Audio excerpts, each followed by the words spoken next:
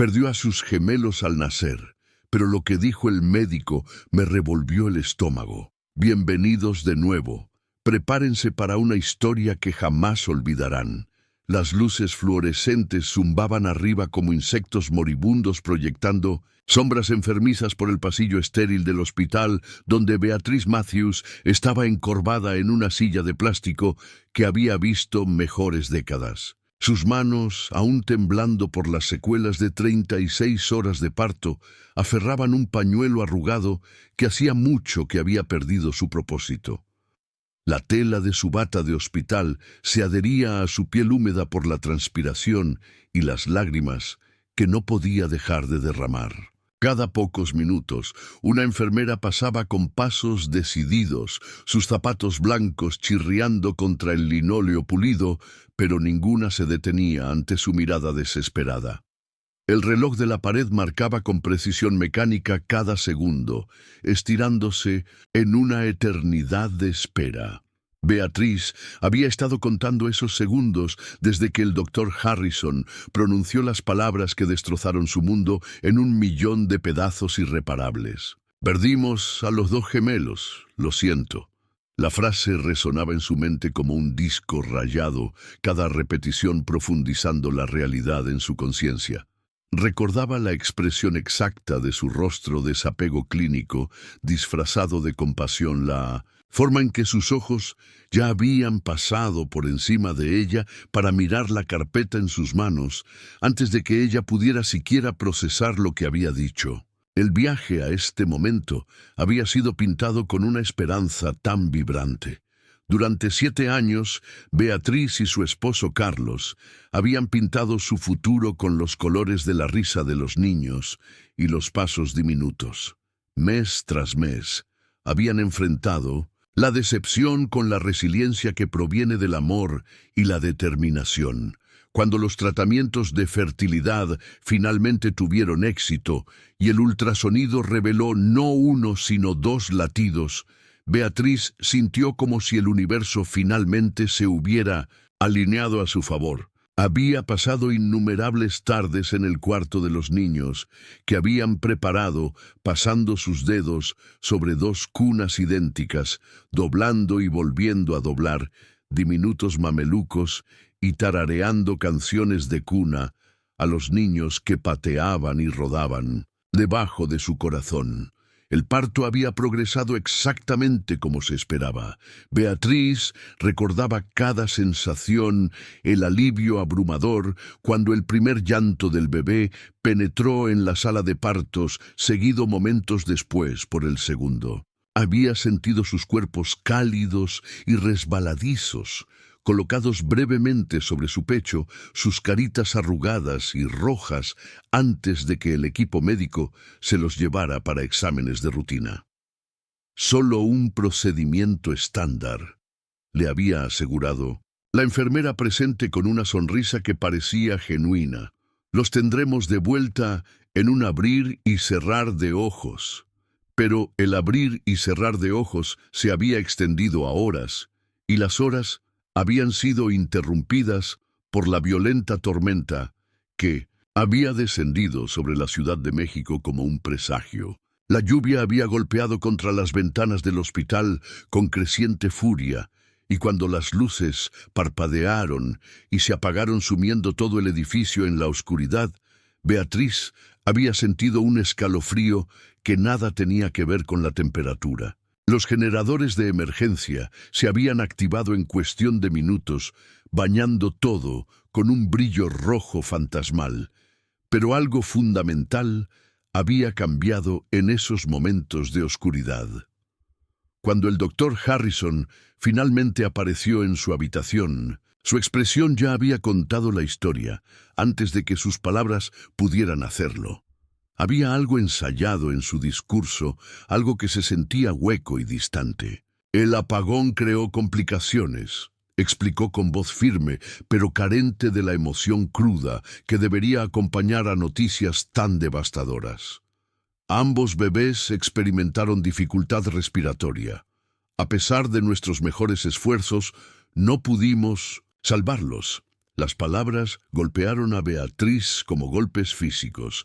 Escuchó a Carlos jadear a su lado, sintió su mano apretarse a la de ella con desesperada fuerza. Pero incluso a través de su dolor, algo la atormentaba, el instinto de una madre que se negaba a aceptar lo que le estaban diciendo. «Quiero verlos», susurró su voz, apenas audible entre sus lágrimas. El doctor Harrison intercambió una rápida mirada con la enfermera que estaba a su lado, un fugaz momento de comunicación que Beatriz captó a pesar de su estado emocional. «Me temo que eso no será posible», dijo. «El trauma a sus sistemas fue extenso. Sería mejor que los recordara como eran en esos primeros momentos preciosos». En los días que siguieron, Beatriz se encontró atrapada en una pesadilla de la que no podía despertar. La administración del hospital habló en tonos compasivos sobre los procedimientos de cremación y el asesoramiento sobre el duelo, pero sus palabras sonaban huecas, guionizadas. Cuando insistió en ver documentación, en comprender exactamente qué había sucedido con sus hijos, se encontró con muros burocráticos y suaves sugerencias de que se concentrara en la curación en lugar de detenerse en detalles que solo causarían más dolor. El director de la funeraria, que se encargó de los arreglos de cremación, era un hombre delgado, con manos nerviosas, que no podía mirarla a los ojos cuando le preguntó por ver los cuerpos por última vez. «Me temo que eso no estaba incluido en las instrucciones del hospital», dijo moviendo papeles sobre su escritorio, como si contuvieran las respuestas que buscaba. La directiva era la cremación inmediata, debido a las circunstancias de su fallecimiento. Carlos trató de ser su ancla en la tormenta de dolor que amenazaba con consumirlos a ambos. La abrazó cuando gritaba, le trajo comida que no podía comer y manejó las condolencias bien intencionadas pero dolorosas de amigos y familiares. Pero incluso él, en su propia devastación, comenzó a sugerir que tal vez era hora de aceptar lo que había sucedido y comenzar el largo proceso de seguir adelante. «Vea, cariño», decía con sus propios ojos enrojecidos por las lágrimas no derramadas, «tenemos que encontrar una manera de sanar. No podemos traerlos de vuelta torturándonos con preguntas». Pero Beatriz no podía dejarlo ir. Algo dentro de ella, algún instinto maternal primordial que se había forjado en los fuegos del embarazo y el parto, se negaba a aceptar la historia que le contaban. Había llevado a esos niños durante 9 meses, sintió cada patada e hipo les cantó a través de su piel. ¿Cómo podrían simplemente haberse ido desaparecidos en la noche durante un apagón sin que siquiera se le permitiera decir adiós? El cuarto de los niños en casa se convirtió en su santuario y su prisión. Pasaba horas sentada en la mecedora, que habían comprado con tanta alegría, sosteniendo la ropa diminuta que había elegido con tanto cuidado, respirando el aroma a talco para bebés y esperanza que aún persistía en el aire. Amigos y familiares la instaban a guardar los recordatorios, a comenzar el proceso de aceptar y seguir adelante, pero no podía soportar perturbar el espacio que se había preparado con tanto amor. El sueño se volvió esquivo, reemplazado por noches interminables de paseos y cuestionamientos. Durante el día hacía llamadas telefónicas al hospital, haciendo las mismas preguntas una y otra vez, esperando que alguien se equivocara y revelara algo que no se alineaba con la historia oficial. La mayoría de sus llamadas no fueron respondidas, transferidas a sistemas de correo de voz que parecían diseñados para desalentar en lugar de ayudar. Los pocos miembros del personal que sí hablaron con ella parecían recitar la misma explicación palabra por palabra, como si hubieran sido adoctrinados. Fue durante una de estas noches de insomnio, mientras estaba rodeada de papeleo del hospital y formularios de seguros, que Beatriz notó algo que hizo que su corazón diera un vuelco. Enterrado en los detalles administrativos, había un nombre que no había visto antes: Dorotea Vargas, supervisora nocturna durante el apagón. El nombre aparecía en un horario que se había incluido con los otros documentos, pero cuando Beatriz llamó al hospital para hablar con Dorotea, le dijeron que la enfermera había sido trasladada a otro centro inmediatamente después del incidente. La revelación golpeó a Beatriz como un rayo. ¿Por qué trasladarían a una enfermera tan repentinamente después de un evento tan traumático? ¿Por qué no se había mencionado a Dorotea en ninguno de los informes oficiales sobre lo que sucedió esa noche? Con renovada determinación, Beatriz comenzó a investigar, utilizando todos los recursos a su disposición para rastrear a la misteriosa supervisora nocturna. Su búsqueda la llevó a través de directorios de hospitales y registros de asociaciones de enfermería, a través de líneas estatales y laberintos burocráticos que parecían diseñados para oscurecer en lugar de iluminar. Pero Beatriz siguió adelante, impulsada por el amor de una madre que se negaba a ser disuadida por obstáculos o desaliento. Llamó a todos los hospitales de Nuevo León, luego expandió su búsqueda a estados vecinos. Se puso en contacto con escuelas de enfermería y organizaciones profesionales, siguiendo rastros de papel que la llevaron de un callejón sin salida a otro. El proceso fue agotador tanto física como emocionalmente, pero cada pequeña pista le dio esperanza de que se estaba acercando a la verdad. Cuando finalmente localizó a Dorotea Vargas en un pequeño hospital en Guadalajara, Beatriz sintió una mezcla de esperanza y terror.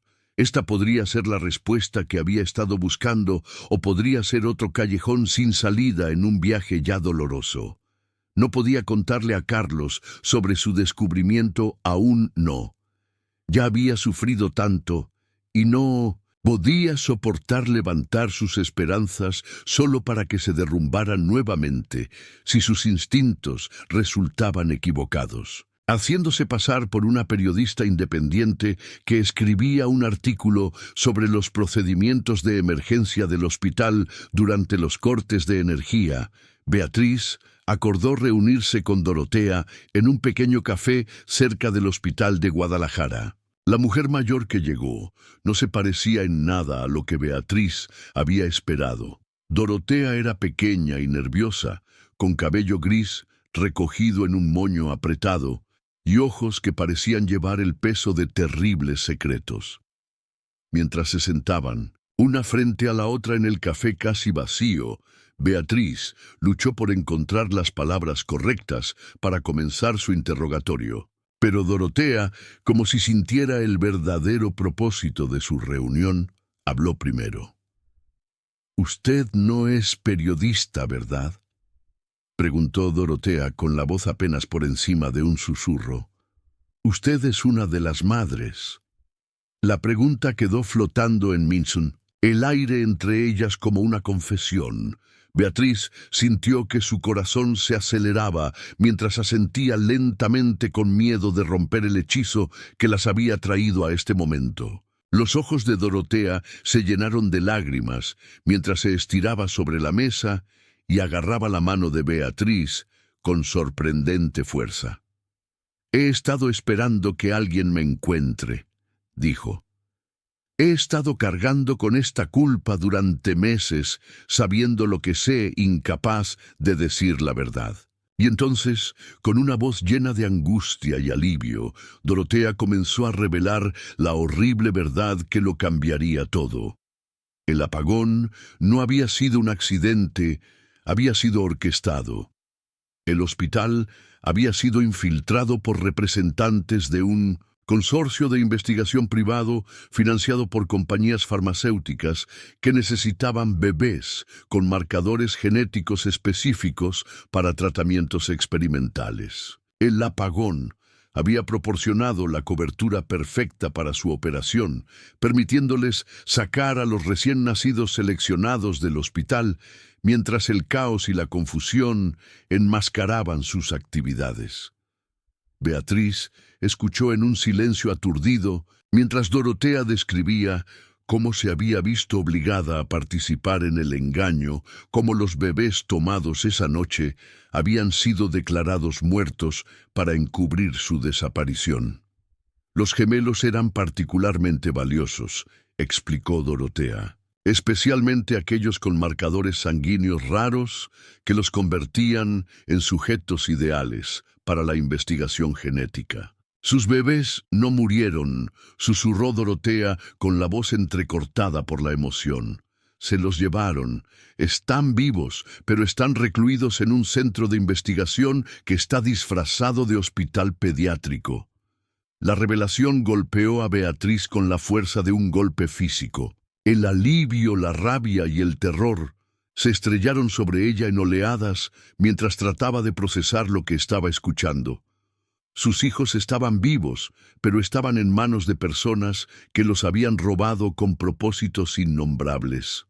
Dorotea metió la mano en su bolso y sacó una pequeña memoria USB presionándola en las manos temblorosas de Beatriz. «Esto lo contiene todo», dijo. «Nombres, fechas, lugares.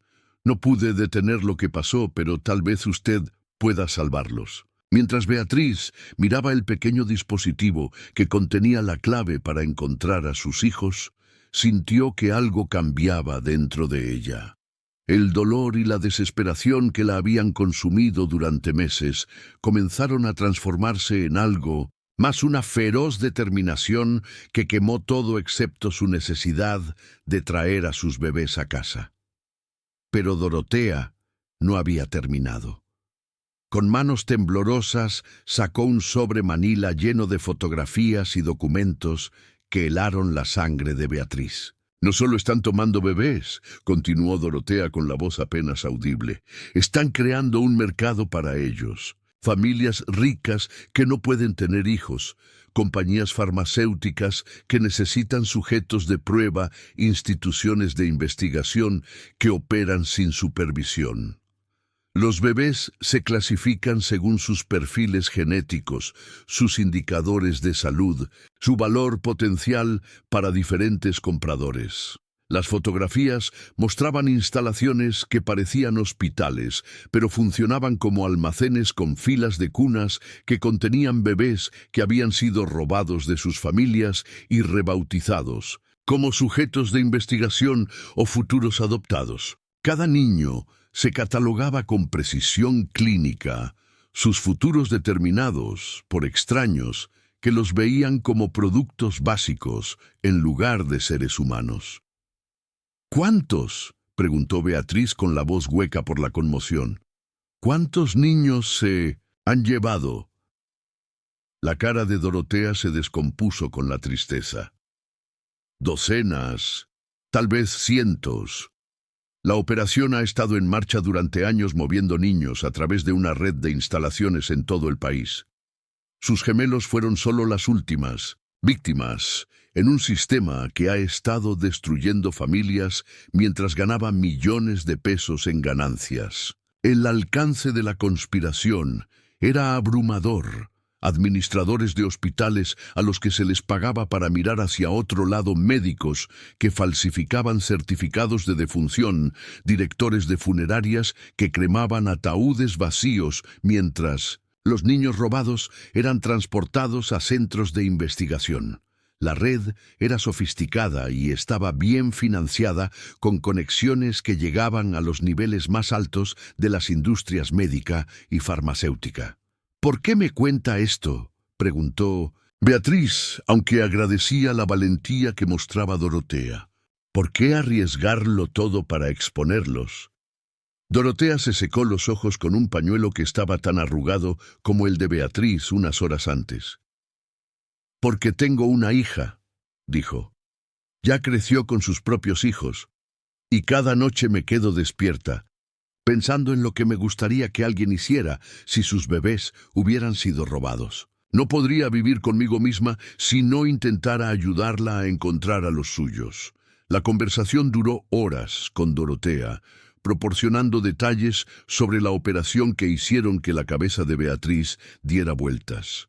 Había casas de seguridad, donde los niños eran retenidos temporalmente antes de ser trasladados a sus destinos finales laboratorios, donde se realizaban pruebas genéticas para determinar el valor de cada niño y una sofisticada red de documentos falsificados que creaban nuevas identidades para los bebés robados. Esa noche, de vuelta en su habitación de hotel, Beatriz abrió los archivos en la memoria USB con manos temblorosas. Lo que encontró fue más horrible de lo que había imaginado. Docenas de nombres, fechas y lugares que documentaban una operación sistemática que había estado robando bebés de hospitales de todo el país. Sus hijos estaban en la lista de víctimas con su destino registrado como un centro en Guadalajara llamado el Instituto de Investigación Pediátrica Montaña de la Esperanza. El archivo sobre sus gemelos contenía detalles que le revolvieron el estómago. Sus análisis de sangre, sus perfiles genéticos, su valor proyectado para varios programas de investigación. Habían sido clasificados como especímenes principales, debido a su estado de gemelos idénticos y a los raros marcadores sanguíneos que los convertían en candidatos ideales para tratamientos experimentales. Los documentos incluían fotografías tomadas poco después de su nacimiento, que los mostraban sanos y alerta con pulseras de identificación que los marcaban como propiedad del consorcio de investigación. Beatriz empacó su bolso con precisión, mecánica, con la mente ya enfocada en el viaje que tenía por delante. No podía contárselo a Carlos, aún no. Ya había pasado por mucho y no podía soportar verlo sufrir otra posible decepción. Si se equivocaba, si todo esto era una elaborada ilusión nacida del dolor, ella soportaría esa carga sola. Pero si tenía razón, si sus hijos realmente estaban vivos y esperándola para encontrarlos, entonces nada en el mundo la detendría de traerlos a casa.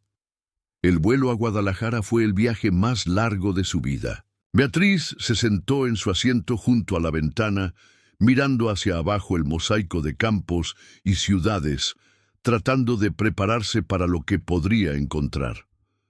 El sitio web del Instituto de Investigación pintaba una imagen de atención médica de vanguardia para niños con afecciones raras, pero Beatriz ahora sabía que esta fachada ocultaba algo mucho más oscuro. Al llegar a Guadalajara, Beatriz se registró en un modesto hotel cerca del centro de investigación y comenzó a planificar su enfoque. El instituto estaba ubicado en un moderno edificio de vidrio, rodeado de jardines cuidados y cámaras de seguridad. Entrar requeriría más que solo determinación, requeriría una cuidadosa planificación y no poca suerte. Haciéndose pasar por una posible empleada, Beatriz solicitó un puesto en el departamento de limpieza del centro. Su verificación de antecedentes resultó limpia y en cuestión de días se encontró siendo capacitada para los deberes del turno de noche en el mismo edificio donde se encontraban sus hijos. El proceso de orientación fue exhaustivo, con instrucciones detalladas sobre los protocolos de seguridad y las áreas restringidas. La gerente del centro, una mujer severa llamada señora Palomares, dejó claro que ciertas áreas del edificio estaban prohibidas para el personal de limpieza y que cualquier violación de estos límites resultaría en la rescisión inmediata y posibles acciones legales. Las primeras noches fueron casi insoportables. Beatriz se movía por los pasillos estériles con su carrito de limpieza, con el corazón latiendo con cada paso, buscando cualquier señal de los niños, que sabía que estaban en algún lugar dentro de estas paredes. El centro era más grande de lo que había anticipado, con múltiples salas y niveles que parecían extenderse sin cesar en todas las direcciones. Las áreas administrativas estaban llenas de oficinas y salas de conferencias donde los investigadores, Discutían sus proyectos en términos clínicos que reducían el sufrimiento humano a datos estadísticos. Las secciones de laboratorio contenían equipos sofisticados para el análisis genético y las pruebas médicas con letreros de advertencia sobre riesgos biológicos y acceso restringido. Pero fueron las salas residenciales las que despertaron el mayor interés de Beatriz, ya que probablemente allí se encontraban los niños. Fue durante su tercera noche de trabajo que Beatriz se encontró con Marcos, un conserje mayor que había estado trabajando en el centro durante varios años. Era un hombre tranquilo, con manos callosas y ojos amables, que parecía moverse por el edificio con la invisibilidad que proviene de ser pasado por alto por quienes están en posiciones de poder. Algo en su forma de ser sugería que él, como Dorotea, cargaba con cargas que iban más allá del simple empleo. Cuando se encontraron solos en un armario de suministros durante su descanso, Beatriz se arriesgó y compartió su historia. Marcos escuchó con creciente reconocimiento e ira. «Mi hermana perdió un bebé el año pasado», dijo en voz baja. «El hospital dijo que murió durante el parto, pero ella nunca lo creyó. Vio cosas, escuchó cosas que no cuadraban». Miró a Beatriz con ojos que reflejaban su propio dolor. «He estado buscando una manera de exponer lo que sucede aquí. Tal vez juntos podamos encontrar lo que ambos estamos buscando». Con la ayuda de Marcos, Beatriz comenzó a navegar por los sistemas de seguridad y las áreas restringidas del centro. Conocía los turnos de los guardias, los puntos ciegos de las cámaras y, lo más importante, sabía dónde se guardaban los niños. El ala pediátrica estaba fuertemente asegurada, accesible solo con tarjetas de acceso especiales y bajo vigilancia constante, pero Marcos había estado planeando durante meses encontrar una forma de entrar. Había estado documentando todo lo que podía sobre las operaciones del centro, tomando fotografías de documentos dejados descuidadamente en los escritorios, grabando conversaciones que escuchaba en los pasillos y mapeando el diseño del edificio con la meticulosa atención de alguien que entendía que los detalles podrían significar la diferencia entre el éxito y el fracaso. «Mueven a los niños con regularidad», explicó Marcos, mientras se acurrucaban sobre sus mapas y fotografías improvisados. «A veces es para procedimientos médicos, a veces es para evitar que formen apegos con el personal. Pero hay un patrón, y si tenemos cuidado podemos programar nuestro enfoque para maximizar nuestras posibilidades de encontrar a tus gemelos».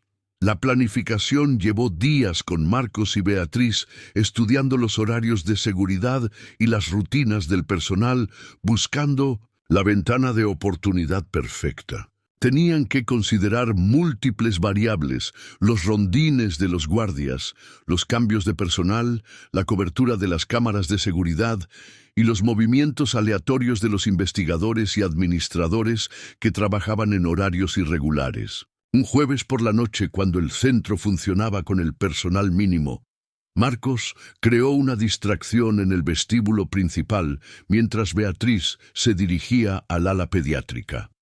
Sus manos temblaban mientras usaba la tarjeta de acceso duplicada de Marcos para acceder a las puertas de seguridad, cada pitido del cierre electrónico sonando como un disparo en el pasillo silencioso. El ala pediátrica era diferente a todo lo que Beatriz había esperado. En lugar del ambiente cálido y reconfortante de un hospital infantil, se encontró en un entorno austero y clínico que se parecía más a un laboratorio que a un lugar de curación. Las habitaciones estaban llenas de sofisticado equipo médico, y los niños, su corazón se partió al verlos, eran tratados más como especímenes que como pacientes. Cada habitación contenía gráficos detallados que rastreaban el desarrollo de los niños, sus respuestas a varios tratamientos y su valor proyectado para diferentes programas de investigación. Y entonces los vio, En una habitación al final del pasillo, detrás de una pared de vidrio, dos bebés yacían uno al lado del otro en cunas idénticas. Incluso a distancia, incluso después de meses de separación, Beatriz los reconoció con absoluta certeza. Eran sus hijos, Daniel y Sara, los nombres que les había susurrado durante el embarazo, los nombres que les habían sido negados en este lugar, donde solo eran conocidos como sujetos de un estudio de investigación. Los bebés estaban vivos, pero estaban delgados y pálidos, conectados a varios dispositivos de monitoreo que rastreaban sus signos vitales y desarrollo. Los gráficos junto a sus cunas documentaban su progreso en términos clínicos que helaban la sangre de Beatriz. Sus hijos estaban siendo utilizados como sujetos de prueba para tratamientos experimentales, sus vidas reducidas a puntos de datos en la investigación de otra persona. Beatriz presionó su rostro contra el vidrio, las lágrimas corrían por sus mejillas mientras miraba a sus hijos por primera vez desde su nacimiento. Se veían frágiles, pero alertas, con los ojos abiertos y siguiendo el movimiento en la habitación. Cuando uno de ellos se volvió hacia el vidrio, Beatriz sintió una sacudida de reconocimiento que iba más allá de lo físico. Era como si su hijo pudiera sentir su presencia, pudiera sentir el amor que nunca había dejado de fluir entre ellos a pesar de su separación. El momento se rompió con el sonido de pasos en el pasillo detrás de ella. Los guardias de seguridad se acercaban. Sus voces se hacían más fuertes mientras realizaban su patrulla de rutina. Beatriz se obligó a alejarse de la ventana, pero no sin antes lograr tomar varias fotografías con su teléfono, documentando la habitación a los niños y las etiquetas de identificación que los marcaban como sujetos de investigación. El viaje de regreso a través del centro fue una pesadilla de casi accidentes y latidos acelerados. Beatriz apenas logró llegar a su área de limpieza asignada antes de que los guardias completaran sus rondas y pasó el resto de la noche empujando mecánicamente su carrito por los pasillos mientras su mente se tambaleaba con lo que había descubierto. Las fotografías que había tomado eran borrosas, pero inconfundibles, mostrando a sus hijos vivos y retenidos en contra de su voluntad en un centro que los trataba como sujetos experimentales en lugar de seres humanos. Tan pronto como terminó su turno, Beatriz llamó a Carlos desde su habitación de hotel. La conversación fue una de las más difíciles de su vida mientras trataba de explicar dónde estaba y qué había encontrado, sin hacer que se derrumbara bajo el peso de las emociones que ya la habían empujado a sus límites. «Están vivos». «Carlos», dijo con la voz entrecortada por la alegría y la angustia, «nuestros bebés están vivos, pero los tienen en este lugar siendo utilizados para experimentos médicos. Tengo pruebas, fotografías, documentación, pero necesito tu ayuda para sacarlos». El silencio al otro lado del teléfono se extendió durante lo que pareció una eternidad antes de que Carlos hablara con la voz ahogada por la emoción. «Me subo al próximo avión», dijo. «No hagas nada más hasta que llegue. Vamos a traerlos a casa, Bea. Cueste lo que cueste, vamos a traer a nuestros hijos a casa». Mientras esperaba la llegada de Carlos, Beatriz contactó a una periodista de investigación que había encontrado a través de su investigación, alguien que había estado investigando rumores de investigación médica ilegal que involucraba a niños. La periodista María Santos había estado rastreando historias similares en todo el país, pero nunca había podido encontrar la evidencia concreta necesaria para romper la historia a lo grande. Cuando Beatriz compartió sus fotografías y la memoria USB de Dorotea María, se dio cuenta de que habían tropezado con algo mucho más grande que un solo centro. El Instituto de Investigación Pediátrica Montaña de la Esperanza era solo un nodo en una red de instituciones que estaban realizando experimentos ilegales con niños que habían sido robados de sus familias y declarados muertos para encubrir su desaparición. María aportó recursos a los que Beatriz no habría podido acceder por su cuenta, contactos en las fuerzas del orden, expertos médicos que podían interpretar los datos de la investigación y profesionales legales que entendían las complejidades de construir un caso contra una organización criminal tan sofisticada. Juntos comenzaron a reconstruir el alcance total de la operación, conectando puntos que se extendían por múltiples estados e involucraban a docenas de individuos e instituciones. Carlos llegó a la mañana siguiente y Beatriz nunca había estado tan agradecida de ver a otro ser humano.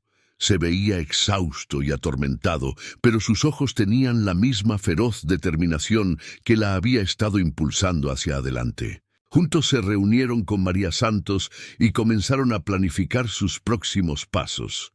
La decisión de hacer pública la información no se tomó a la ligera. Sabían que exponer la verdad traería un tremendo escrutinio y potencialmente pondría a sus hijos en un peligro aún mayor.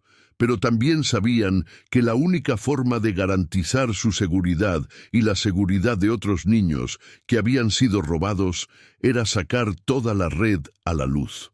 La investigación de María reveló que la conspiración iba mucho más allá de lo que incluso Dorotea había sabido. La red incluía a respetados investigadores médicos ejecutivos, farmacéuticos, administradores de hospitales e incluso algunos funcionarios gubernamentales a los que se les había pagado para mirar hacia otro lado. Las ganancias de la operación eran enormes, con niños que se vendían por cientos de miles de pesos cada uno, dependiendo de sus perfiles genéticos y su valor potencial para la investigación. La evidencia era abrumadora, pero también era compleja y difícil de verificar. María y su equipo trabajaron día y noche para corroborar cada detalle, para construir un caso que resistiera el escrutinio y condujera a condenas en lugar de despidos. Entrevistaron a otras familias que habían perdido hijos en circunstancias sospechosas. Rastrearon transacciones financieras que conectaban las diversas instalaciones y documentaron los sofisticados métodos utilizados para robar niños y encubrir sus desapariciones. El avance llegó cuando pudieron acceder a los sistemas informáticos del centro gracias al conocimiento interno de Marcos y a un experto en informática que se especializaba en exponer la corrupción corporativa. Los archivos electrónicos contenían pruebas aún más condenatorias que los documentos físicos que Dorotea había proporcionado, registros detallados de cada niño que había sido robado, sus ubicaciones actuales y las cantidades pagadas por su traslado a diferentes programas de investigación. La historia de María se publicó un martes por la mañana, llegando a los principales medios de comunicación simultáneamente, con un lanzamiento coordinado que incluía las fotografías de Beatriz, la documentación de Dorotea y los testimonios de otras familias que habían perdido hijos en circunstancias sospechosas. La reacción fue inmediata y explosiva, con agencias de aplicación de la ley que iniciaron investigaciones y la indignación pública exigiendo acción. Las autoridades se movieron rápidamente, obteniendo órdenes de registro para el Centro Montaña de la Esperanza y varias otras ubicaciones identificadas en los archivos de Dorotea. A Beatriz y Carlos se les pidió que permanecieran en Guadalajara como testigos y pasaron el día de la redada caminando por su habitación de hotel, rezando, alternativamente y tratando de prepararse para lo que pudiera ser el resultado. La redada en sí misma se coordinó en múltiples estados con agentes del FBI y agentes de la ley locales, trabajando juntos para atacar simultáneamente cada instalación conocida en la red. La operación fue diseñada para evitar la destrucción de evidencia y el traslado de niños a nuevos lugares que podrían tardar meses o años en descubrirse. La llamada llegó esa noche. El centro había sido allanado y 13 niños habían sido recuperados, incluidos Daniel y Sara. Los niños estaban siendo llevados a un hospital legítimo para una evaluación médica y se estaba contactando a los padres para organizar la reunificación. Las redadas adicionales continuaban con más niños recuperados a medida que los investigadores seguían el rastro de la evidencia hasta instalaciones que no habían sido identificadas en la investigación inicial. El viaje al hospital fue una borrachera de emociones que Beatriz no podía separar ni identificar. El alivio, la alegría, el terror y la anticipación se estrellaron sobre ella en oleadas, mientras ella y Carlos se abrían paso entre el tráfico nocturno hacia el momento con el que habían estado soñando durante meses. Las calles de Guadalajara parecían a la vez extrañas y familiares, como si las estuviera viendo a través de nuevos ojos que habían sido cambiados para siempre por el viaje que la había traído hasta este punto. La habitación del hospital, donde esperaban sus hijos, estaba llena de luz suave y los suaves sonidos del equipo médico que monitoreaba su recuperación. Daniel y Sara estaban en camas separadas, atendidos por enfermeras que sonreían con genuina calidez cuando Beatriz y Carlos entraron en la habitación. El contraste entre este entorno y el centro de investigación estéril fue sorprendente. Aquí. Los niños eran tratados como individuos preciosos en lugar de sujetos experimentales. Por un momento Beatriz no pudo moverse. La realidad de volver a ver a sus hijos, de saber que estaban a salvo y con vida, era casi demasiado abrumadora para procesar. Pero entonces Sara giró la cabeza hacia el sonido de las voces de sus padres. Y Beatriz sintió que las últimas piezas de su corazón roto volvían a encajar. Los niños estaban débiles por su terrible experiencia, pero se estaban recuperando. Los médicos aseguraron a Beatriz y Carlos que si bien los niños habían sido sometidos a procedimientos médicos, no habían sufrido daños permanentes. Con el cuidado y el amor adecuados, crecerían para ser niños sanos y normales.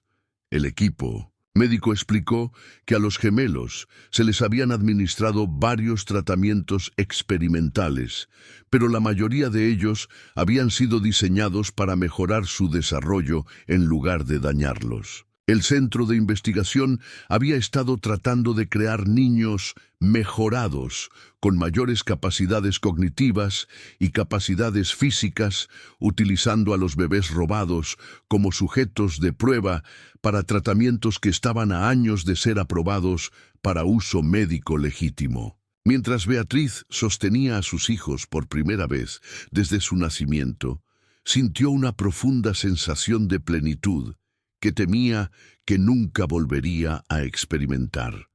Los meses de dolor, investigación y determinación la habían llevado a este momento, un momento que demostró que a veces, cuando todo parece perdido, el amor y la persistencia pueden superar incluso las probabilidades más imposibles. Los bebés eran más pequeños de lo que deberían haber sido.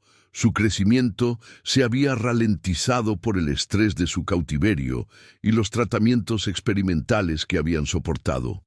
Pero estaban alertas y receptivos, con los ojos siguiendo los movimientos de sus padres, con la curiosidad natural de los bebés sanos. Cuando Beatriz les habló en voz baja, se volvieron hacia su voz con un reconocimiento que parecía trascender su breve separación. Las semanas que siguieron estuvieron llenas de procedimientos legales, citas médicas y el lento proceso de curación como familia. El escándalo continuó desarrollándose con detenciones y la investigación de otras instalaciones. El alcance de la conspiración era incluso mayor de lo que se sospechaba inicialmente, con conexiones a redes internacionales que traficaban con niños con fines de investigación en múltiples continentes. Dorotea Vargas, a pesar de sus temores, accedió a testificar, lo que ayudó a garantizar que se hiciera justicia para todas las familias que se habían visto afectadas. Su valentía al presentarse había sido el catalizador que expuso toda la operación y fue aclamada como una heroína por las familias cuyos hijos habían sido recuperados. Marcos, el conserje que había ayudado a Beatriz a encontrar a sus hijos, también fue reconocido por su valentía al reunir pruebas y facilitar la operación de rescate. Carlos volvió al trabajo gradualmente, pero organizó su horario para poder pasar el mayor tiempo posible con su familia recuperada. El cuarto de los niños en casa, que había permanecido vacío y desgarrador durante tanto tiempo, finalmente cumplió su propósito cuando Daniel y Sara comenzaron a crecer y prosperar bajo el cuidado amoroso de sus padres. La habitación que una vez fue un santuario de pérdida, se transformó en una celebración de la vida llena de los sonidos y actividades de niños sanos y en crecimiento. Beatriz se convirtió en defensora de otras familias que habían perdido hijos en circunstancias sospechosas. Trabajó con agencias de aplicación de la ley y organizaciones de bienestar infantil para desarrollar mejores protocolos para investigar las muertes y desapariciones de bebés. Su experiencia le había enseñado que a veces lo más importante que un padre puede hacer es confiar en sus instintos incluso cuando todos los demás le dicen que acepte lo inaceptable. La fundación que ella y Carlos establecieron se convirtió en un faro de esperanza para las familias que enfrentaban tragedias similares, brindando recursos para la investigación, asistencia legal y apoyo emocional. Los juicios penales que siguieron fueron extensos y emocionalmente agotadores, pero Beatriz encontró fuerzas al saber que su coraje para investigar y exponer la verdad no solo había salvado a sus propios hijos, sino que también había llevado al rescate de otros niños y a la prevención de futuros crímenes. La sala del tribunal estaba repleta de familias cuyos hijos habían sido recuperados, así como de aquellos que aún buscaban a los bebés desaparecidos. El doctor Harrison, el médico que había dado la devastadora noticia sobre la muerte de sus hijos, estaba entre los arrestados.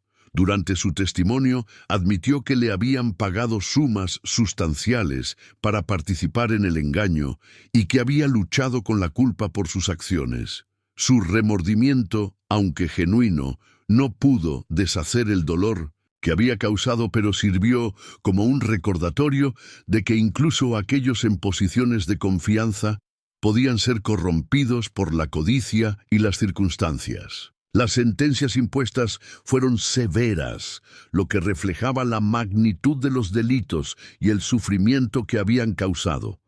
Muchas de las personas condenadas recibieron cadenas perpetuas, mientras que otras recibieron largas penas de prisión que asegurarían que nunca más se aprovecharan de familias vulnerables. A medida que pasaban los meses y los procedimientos legales continuaban, Beatriz y Carlos se concentraron en construir una vida normal para su familia. Daniel y Sara se fortalecían cada día alcanzando los hitos que se habían retrasado por su inicio traumático en la vida. Sus primeras sonrisas, sus primeras palabras, sus primeros pasos, cada logro, fue una celebración de la vida y el amor triunfando sobre la oscuridad y el engaño. Los niños mostraron una notable resiliencia, adaptándose a su entorno doméstico, con la facilidad natural de los bebés que eran demasiado jóvenes para recordar su cautiverio. Respondieron a las voces y el tacto de sus padres con el reconocimiento inmediato que hablaba de los lazos inquebrantables entre los miembros de la familia. Beatriz a menudo reflexionaba sobre el viaje que los había llevado a este punto. Los meses de dolor e investigación habían sido el período más oscuro de su vida, pero también habían revelado fortalezas que no sabía que poseía. Había aprendido que el amor de una madre era, de hecho, una de las fuerzas más poderosas del mundo, capaz de mover montañas y superar obstáculos aparentemente imposibles. El apoyo de su comunidad fue abrumador. Amigos y familiares que habían sufrido con ellos ahora celebraban su alegría, y extraños que habían seguido su historia enviaron cartas y regalos expresando su admiración por la determinación de Beatriz y su felicidad por la reunión familiar. La iglesia local, donde habían rezado por el regreso seguro de sus hijos, celebró un servicio especial de acción de gracias con toda la congregación, celebrando el milagro de su reencuentro. La fundación que Beatriz y Carlos establecieron en 1900 en honor a sus hijos se convirtió en un faro de esperanza para otras familias que enfrentaban tragedias similares. Trabajaron incansablemente para reformar los protocolos hospitalarios, mejorar la supervisión de los centros de investigación médica y brindar apoyo a las familias que se negaban a aceptar explicaciones oficiales que no se alineaban con sus instintos parentales. La organización creció rápidamente atrayendo donaciones y voluntarios de todo el país que querían ayudar a evitar que otras familias experimentaran la pesadilla que la familia Matthews había soportado. ¿Alguna vez ha experimentado o conoce a alguien que haya experimentado algo similar? Comparta sus pensamientos en los comentarios a continuación. Años después, cuando Daniel y Sara se convirtieron en niños sanos y felices que no tenían memoria de su traumático comienzo, Beatriz a menudo se sentaba en el cuarto de los niños, que una vez fue un santuario de pérdida, y reflexionaba sobre el viaje que había reunido a su familia, la mecedora que había sido testigo de tantas noches de lágrimas y desesperación.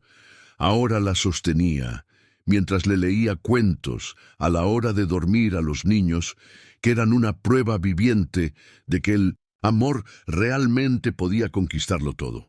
Las cicatrices de su experiencia siempre permanecerían, pero se habían transformado de heridas en fuentes de fortaleza.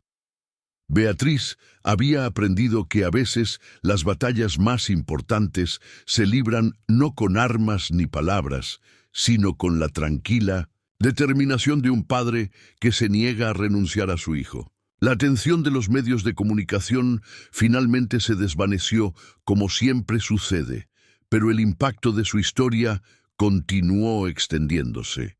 Se aprobaron nuevas leyes para mejorar la supervisión de los centros de investigación médica, y se establecieron protocolos para garantizar que las familias tuvieran un acceso adecuado a sus hijos fallecidos para un cierre y despedida adecuados. Beatriz recibió cartas de padres de todo el mundo que se habían inspirado en su historia para confiar en sus propios instintos y realizar sus propias investigaciones, cuando las explicaciones oficiales no satisfacían sus preocupaciones parentales. Algunas de estas investigaciones condujeron a descubrimientos similares, y más niños se reunieron con sus familias como resultado del coraje que Beatriz había demostrado al negarse a aceptar lo inaceptable. La investigación sobre el tráfico ilegal de niños y la experimentación médica se expandió a nivel mundial, con agencias internacionales de aplicación de la ley trabajando juntas para identificar y cerrar operaciones similares en otros países. La red que había robado a Daniel y Sara era solo una parte de una empresa criminal mucho más grande que había estado operando durante décadas, robando niños y vendiéndolos al mejor postor, independientemente de la devastación que causaba a las familias. Mientras Daniel y Sara se preparaban para comenzar la escuela, Beatriz se encontró pensando en el futuro en lugar de detenerse en el pasado. Los niños estaban prosperando, su desarrollo era normal y saludable a pesar de su difícil comienzo. Eran curiosos, cariñosos y llenos de la alegría que les había sido robada en sus primeros días, pero que había sido restaurada a través del amor y la determinación de sus padres. Las pesadillas que una vez habían atormentado el sueño de Munni Beatriz habían sido reemplazadas por sueños del futuro de sus hijos, sus graduaciones, sus bodas, los nietos que algún día podrían traer al mundo. El cuarto de los niños se había transformado de un monumento a la pérdida en una celebración de la vida llena de la risa y el caos que conlleva la crianza de gemelos. Carlos había regresado a su trabajo con un propósito renovado, canalizando su experiencia en su papel de defensor de las familias que enfrentan crisis médicas. A menudo hablaba en conferencias y seminarios, compartiendo su historia y animando a otros padres a confiar en sus instintos cuando algo les parecía mal con la atención médica de sus hijos. La relación entre Beatriz y Carlos había sido puesta a prueba por su terrible experiencia, pero finalmente había surgido más fuerte que nunca. Habían aprendido a comunicarse más abiertamente, a apoyarse mutuamente en los momentos más oscuros y a celebrar juntos incluso las victorias más pequeñas. Su matrimonio había sido forjado en los fuegos de la pérdida y templado por la alegría de la recuperación.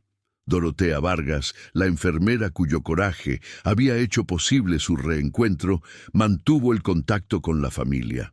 Dorotea Vargas, después de los juicios, dejó la enfermería incapaz de continuar trabajando en una profesión que se había visto empañada por su experiencia, pero encontró paz al saber que su decisión de decir la verdad había salvado vidas de niños y reunido a familias. Se mudó a un pequeño pueblo en Coahuila, donde abrió una panadería encontrando consuelo en crear algo dulce y nutritivo para su comunidad.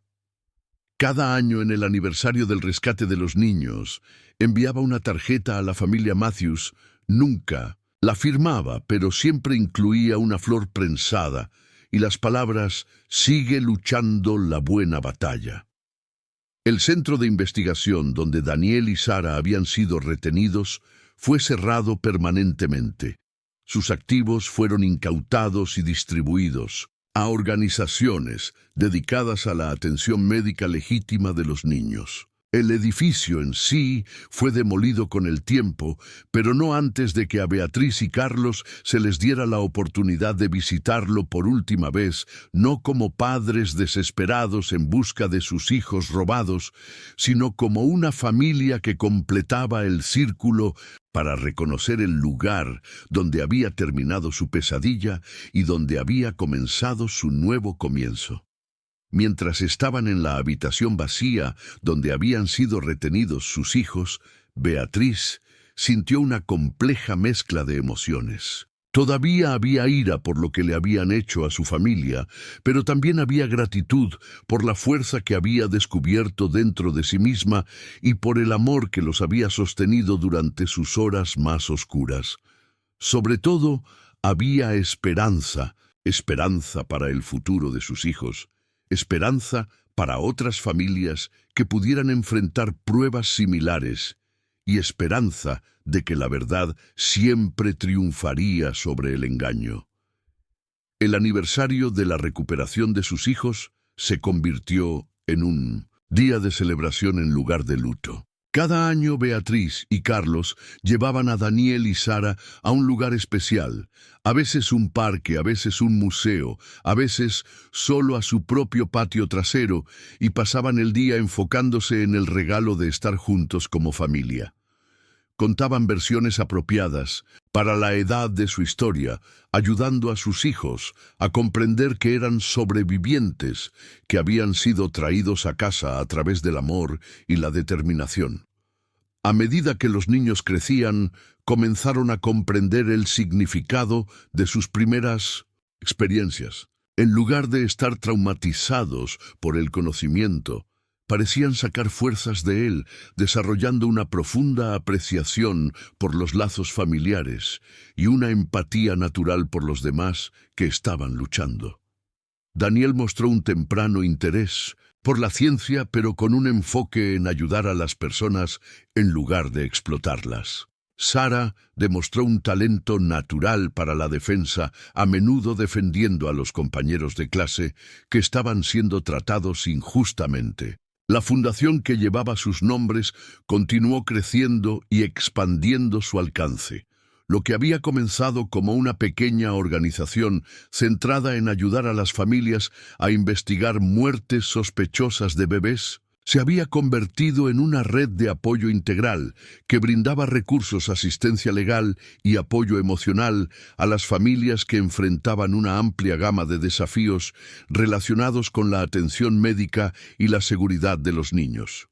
Beatriz a menudo actuaba como oradora principal en los eventos de la fundación, compartiendo su historia y animando a otros a confiar en sus instintos cuando algo no les parecía bien con la atención de sus hijos. Su mensaje siempre fue el mismo: el amor de un padre es la fuerza más poderosa del mundo, y cuando ese amor se combina con la determinación y el coraje, incluso las situaciones más imposibles pueden superarse.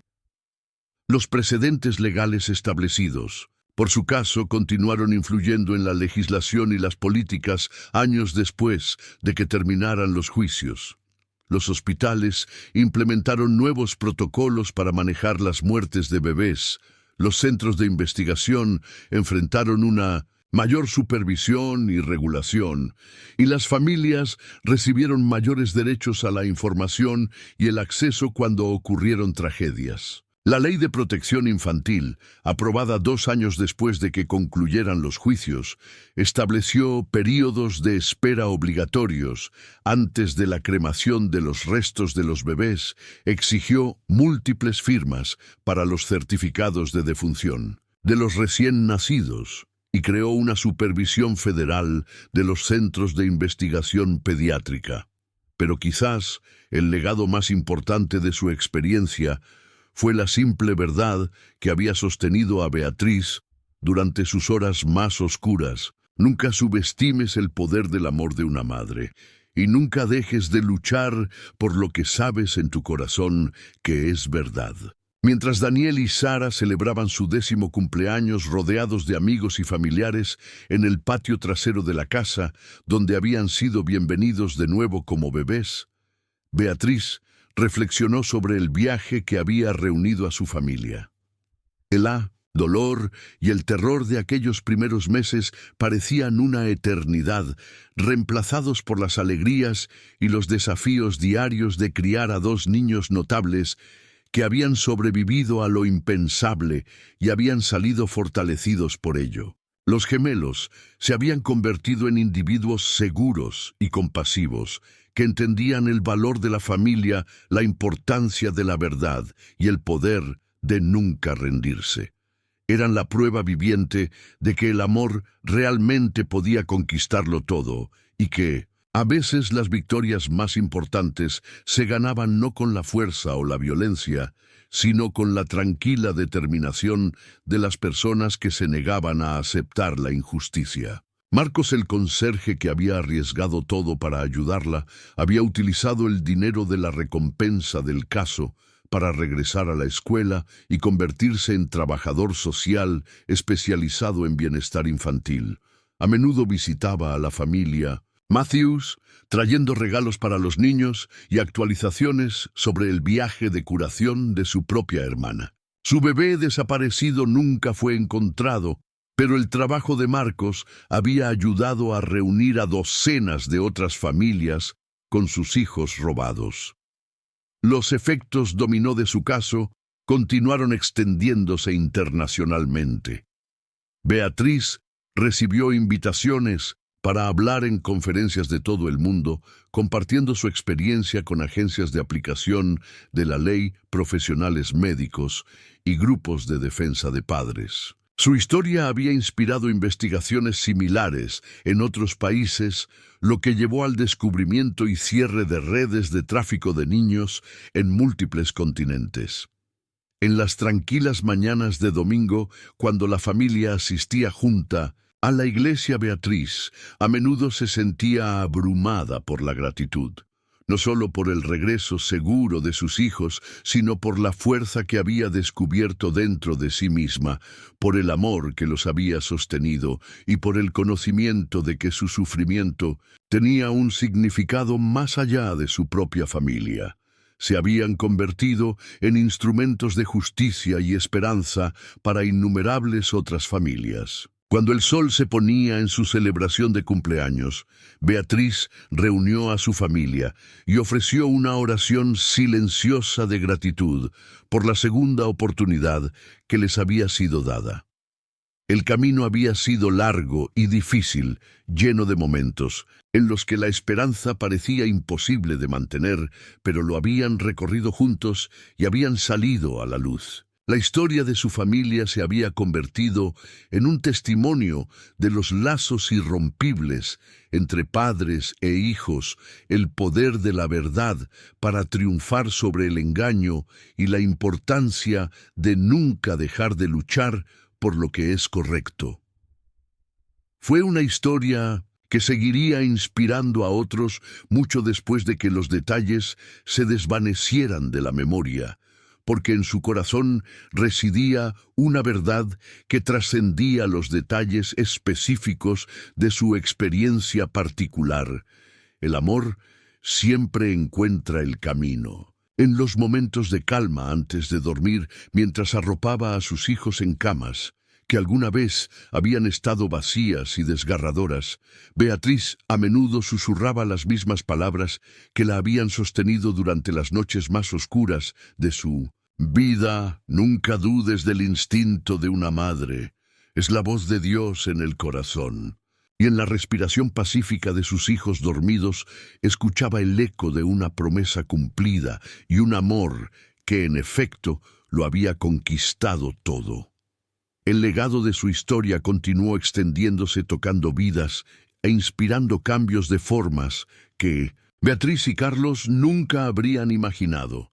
Los padres que habían perdido a sus hijos encontraron el coraje para hacer preguntas difíciles. Los profesionales médicos implementaron mejores salvaguardias y protocolos, y los legisladores aprobaron leyes para proteger a las familias de tragedias similares. Pero para Beatriz, el legado más importante fue el simple que se desarrollaba todos los días en su hogar. La risa de sus hijos, la calidez del abrazo de su esposo y la conciencia de que el amor realmente había demostrado ser más fuerte que el engaño, la esperanza, más poderosa que la desesperación y el instinto de una madre, más confiable que cualquier explicación oficial que contradijera lo que su corazón sabía que era verdad. Pasarían los años y los niños se convertirían en adultos con sus propias historias que contar y sus propias batallas que librar, pero llevarían consigo el conocimiento de que habían sido amados tan profundamente que su madre había movido montañas para traerlos a casa y que ningún obstáculo era demasiado grande para un corazón lleno de amor y determinación. El capítulo final de su historia aún se estaba escribiendo no en los tribunales ni en los titulares de los periódicos, sino en los momentos diarios de la vida familiar. Sesiones de tareas en la mesa de la cocina, partidos de fútbol los sábados, por la mañana cuentos para dormir leídos a la luz de la lámpara y los 1000 pequeños gestos que conforman el tejido de una vida vivida con amor y gratitud. Beatriz había aprendido que a veces las mayores victorias no son las que hacen los titulares, sino las que ocurren en silencio, un día a la vez, en los corazones de las familias que han aprendido que el amor es, en efecto, la fuerza más poderosa del universo Y mientras veía crecer y prosperar a sus hijos, sabía que su historia, una historia de pérdida y recuperación, de desesperación y esperanza, del amor de una madre que se negaba a ser derrotada, seguiría inspirando a otros mucho después de que se hubiera escrito la última palabra. La verdad, en efecto, los había liberado, pero fue el amor lo que los había traído a casa. Felicidades, escribe 7 en los comentarios para que sepa que te quedaste conmigo hasta el final. Deja un me gusta y suscríbete, pero solo si realmente disfrutas lo que hago aquí. Nos vemos.